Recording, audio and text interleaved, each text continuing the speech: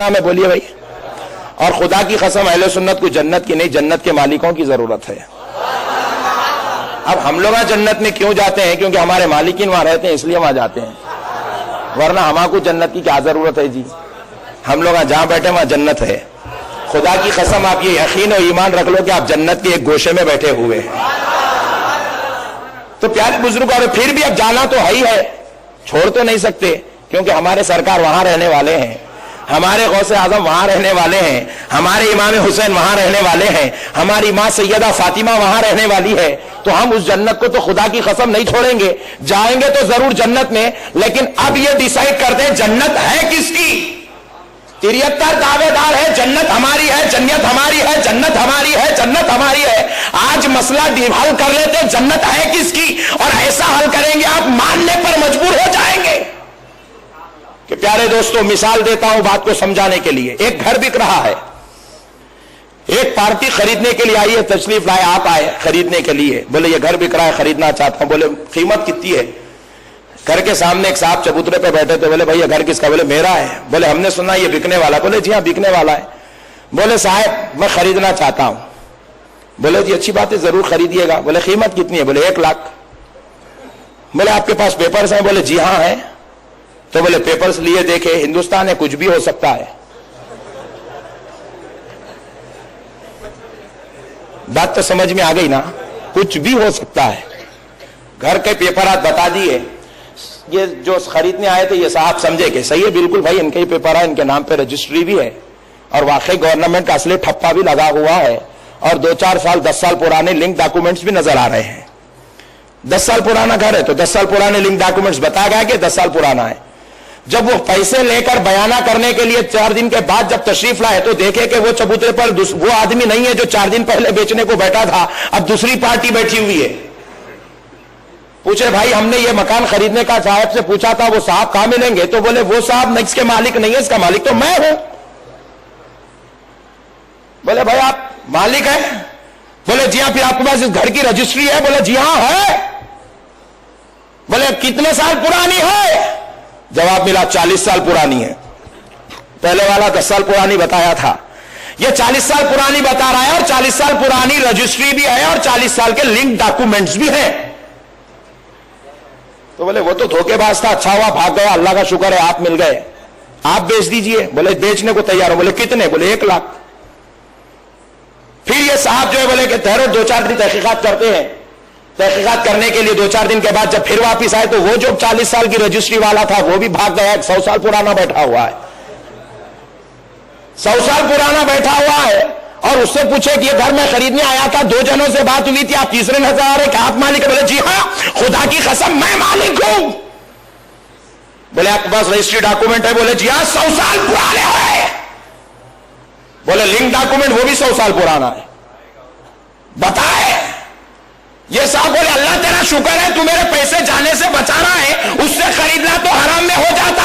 یہ پرانا رجسٹرار ہے, اور مولا یہ پرانا حقدار ہے, میں خرید لیتا تو میری جائیداد تباہ ہو جاتی, میرا مال تباہ ہو جاتا, کورٹ کچہری کے چکر کاٹنا پڑتا. اللہ کا شکر ہے آپ دے دیجئے.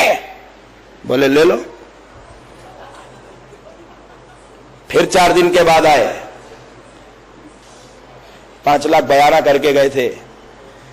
4 دن کے بعد آئے تو پتا چلا کہ وہ بھی چور تھا, اصلی مالک تو گھر کے اندر بیٹھا ہوا ہے. یہ پورے گھر کے باہر کے قصے تھے, باہر اندر اصلی مالک بیٹھا ہے. اور خدا کی قسم اس کے پاس جا کے دیکھے تو وہ 400 سال پرانا مالک ہے, 400 سال پرانا مالک ہے. اور جب اس کو دیکھے تو انہیں بتایا کہ میرے پاس ایک رجسٹری اور لنک ڈاکومنٹ 400 سال پرانی ہے, اور میں اس گھر کو بیچنا چاہتا ہوں.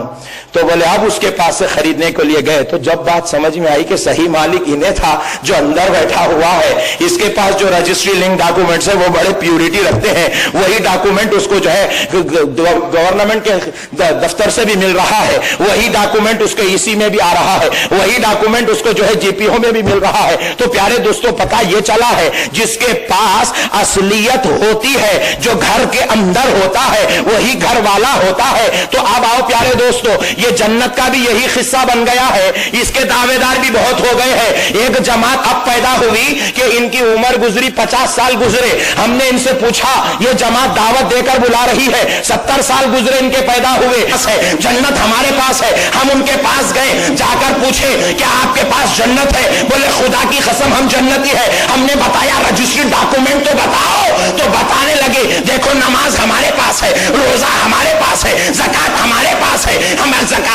خدمت ہمارے پاس ہے، اسلام کے لیے جہاد ہمارے پاس ہے، اور دیکھو ہمارے پاس یہ ساری چیزیں ہیں۔ ہم نے پوچھا کہ ذرا یہ تو بتاؤ کہ آپ کے فاؤنڈر کا نام کیا ہے؟ تو جواب ملا ابوالعلا مودودی ہے۔ تو ہم نے پوچھا یہ مودودی صاحب کب کے ہیں؟ یہ مودودی صاحب کب کے ہیں؟ بولے 70 سال کے ہیں۔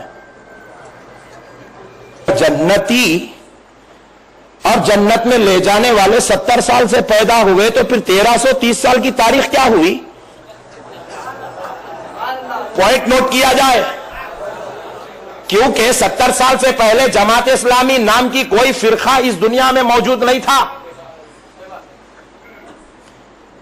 غوث اعظم کا زمانہ تھا مگر جماعت اسلامی نہیں تھی، امام اعظم کا زمانہ تھا مگر جماعت اسلامی نام کی کوئی جماعت نہیں تھی۔ ایک مودودی صاحب پیدا ہوئے، انہوں نے ایک جماعت بنائی، نام رکھا جماعت اسلامی، اور یہ لوگ کہتے ہیں ہم جنتی ہے، باقی سب دوزخی، اور ہمارے بارے میں تو کہتے ہیں یہ تو مشرک ہے، دوزخ جنت میں جانا تو کچھ، ان لوگوں کو جو جنت کی ہوا بھی نہیں سونگائی جائے گی، اور اپنے آپ کو جنتی کہتے ہیں۔ ہم نے پوچھا اگر تمہاری جماعت اگر جنتی ہے تو پھر 1330 سال سے جتنے لوگ پیدا ہوئے کیا وہ سارے دوزخی ہیں؟ پھر تھوڑا آگے بڑھے، بولے نہیں تم لوگ ڈپلیکیٹ ہیں، لائٹ لو۔ تھوڑا آگے بڑھے تو پھر ایک جماعت میری، بولے ہم اہل حدیث ہیں۔ میں نامہ لے رہا ہوں نعوذ باللہ تنقید کے لیے نہیں، مسئلہ سمجھانے کے لیے لے رہا ہوں، کیونکہ جہاں کی جیسی بول رہا ہوں۔ پیارے بزرگ اور دوستو ذرا غور کیجئے گا، اہل حدیث ان لوگوں نے دعوت دیا لوگوں کو جنت ہمارے پاس ہے، جنت ہمارے پاس ہے، جنتی ہم ہیں، جنت میں ہم جائیں گے۔ ہم نے پوچھا بھائی آپ کب پیدا ہوئے جو جنت کے اوپر حکومت جنت کی رجسٹری کی باتیں کر رہے ہیں، آپ کب پیدا ہوئے؟ تو جواب ملا ہمارے فاؤنڈر کا نام عبداللہ بن باز ہے۔ ہم بولے انہوں کب پیدا ہوئے بھائی؟ بولے 100 سال ہوئے، 80 سال 90 سال کی بات ہے بس۔ ہم نے کہا اگر 100 سال سے جنتیوں کا سلسلہ چل رہا ہے تو پھر 1300 سال میں پورے دوزخیاں تھے۔ ایک مسئلہ سنا کے آگے بڑھتا ہوں۔ ایک ہمارے شاگرد ہیں بیچارے، اللہ ان کے اوپر خیر کرے، وہ بچہ آ کر ہمارے پاس جو ہے ایسی تحریکی خدمات میں جو ہے شامل ہوا کرتا تھا، بڑے ادب اور احترام والا تھا۔ ایک دن بڑے موڈ میں آ کے بولا مول صاحب ہم لوگ یہ جو آپ لوگ یہ جو نماز پڑھتے ہیں یہ حدیث میں ہے؟ تو میں تھوڑا بولی سن کے سمجھا کہ نہیں آپ لوگ جو پڑھتے ہیں مطلب انہیں ہمارے میں نہیں ہے۔ تو میں پوچھا بیٹے آپ الگ پڑھ رہے ہیں کیا؟ تو بولے جی ہاں مول صاحب میں الگ پڑھ رہا ہوں۔ بولے وہ کون سی؟ تو بولے مول صاحب میں یہاں تک ہاتھ اٹھا رہا ہوں، یہاں ہاتھ باندھ رہا ہوں اور یوں کر رہا ہوں، میں اب یہ نماز پڑھ رہا ہوں۔ اور مول صاحب میں نے دیکھا ہے یہ نماز بخاری میں ہے، یہ نماز کا طریقہ بخاری میں ہے، ایسا جو ہے بخاری شریف کی حدیث سے ثابت ہے۔ تو ہم نے کہا بیٹا لازمی بات ہے کہ تمہاری نماز بخاری شریف کے مطابق ہے تو پھر صحیح ہے؟ بولے خدا کی قسم صحیح ہے۔ تو بولے بیٹا لازمی بات ہے کہ جب تو صحیح نماز پڑھ رہا ہے تو بدلے میں ثواب ملے گا، نیکی ملے گی، اجر ملے گا۔ بولے خدا کی قسم ملے گا۔ تو پھر میں نے کہا جب تو اتنا بڑا نیکوکار بن گیا نماز کے ذریعے سے اور تو اللہ کو راضی کر رہا ہے تو لازمی بات ہے مرنے کے بعد جنت میں جائے گا۔ بولے بے شک جاؤں گا۔ تو پھر میں نے کہا بیٹے بہت اچھی بات ہے تو جنتی تو ہو گیا۔ میں پوچھا تیرے بابا جان جو نماز پڑھتے تھے وہ نماز کیسی تھی؟ پوائنٹ نوٹ کیا جائے۔ بولے تیرے بابا جو نماز پڑھتے وہ کیسی تھی؟ بولے مول صاحب یہاں کان کو اٹھاتے تھے، ہاتھ کے نیچے باندھتے تھے اور اشہدو ان لا الہ الا اللہ پہ اٹھا کے چھوڑ دیتے تھے۔ تو میں نے کہا پھر لازمی بات ہے تیرے بابا جو نماز پڑھے وہ غلط تھی؟ تو بولے بے شک غلط تھی۔ تو بولے جب غلط نماز پڑھے تو ثواب نہیں ملتا، بولے نہیں ملتا، تو پھر جب ثواب نہیں ملا تو جنت میں جانے کا سوال ہی پیدا نہیں ہوتا، بولے نہیں ہوتا، کیونکہ اب انہیں غلط نماز کو تو جنت میں بھیج تو نہیں سکتا، تو لازمی بات ہے موٹی عقل ہے اس کی، اب انہیں یہی بات سمجھ رہا ہے۔ تو میں نے کہا کہ دیکھ تیرے بابا بھی یہی تھے، غلط نماز تھی جنت میں نہیں جا سکتے، دادا بھی یہی تھے، پردادا یہاں تھے، سکر دادا یہاں تھے، پورے یہی تھے، تو ایک ادھر آیا اور تو ایک ادھر آ کے یہ سمجھ رہا ہے کہ یہ نماز صحیح ہے، اس کا ثواب ملتا ہے اور میں جنت میں جاؤں گا۔ تو میں نے یہ فلسفہ تو ضرور سنا ہے کہ نمازیوں کے پیٹ میں دوزخی پیدا ہوتا ہے، اولیاء کے پیٹ میں شیطان پیدا ہوتا ہے، یہ بات تو سنے تھے، مگر اتنے دوزخیوں کے پیٹ میں تو ایک جنتی کیسا پیدا ہو گیا؟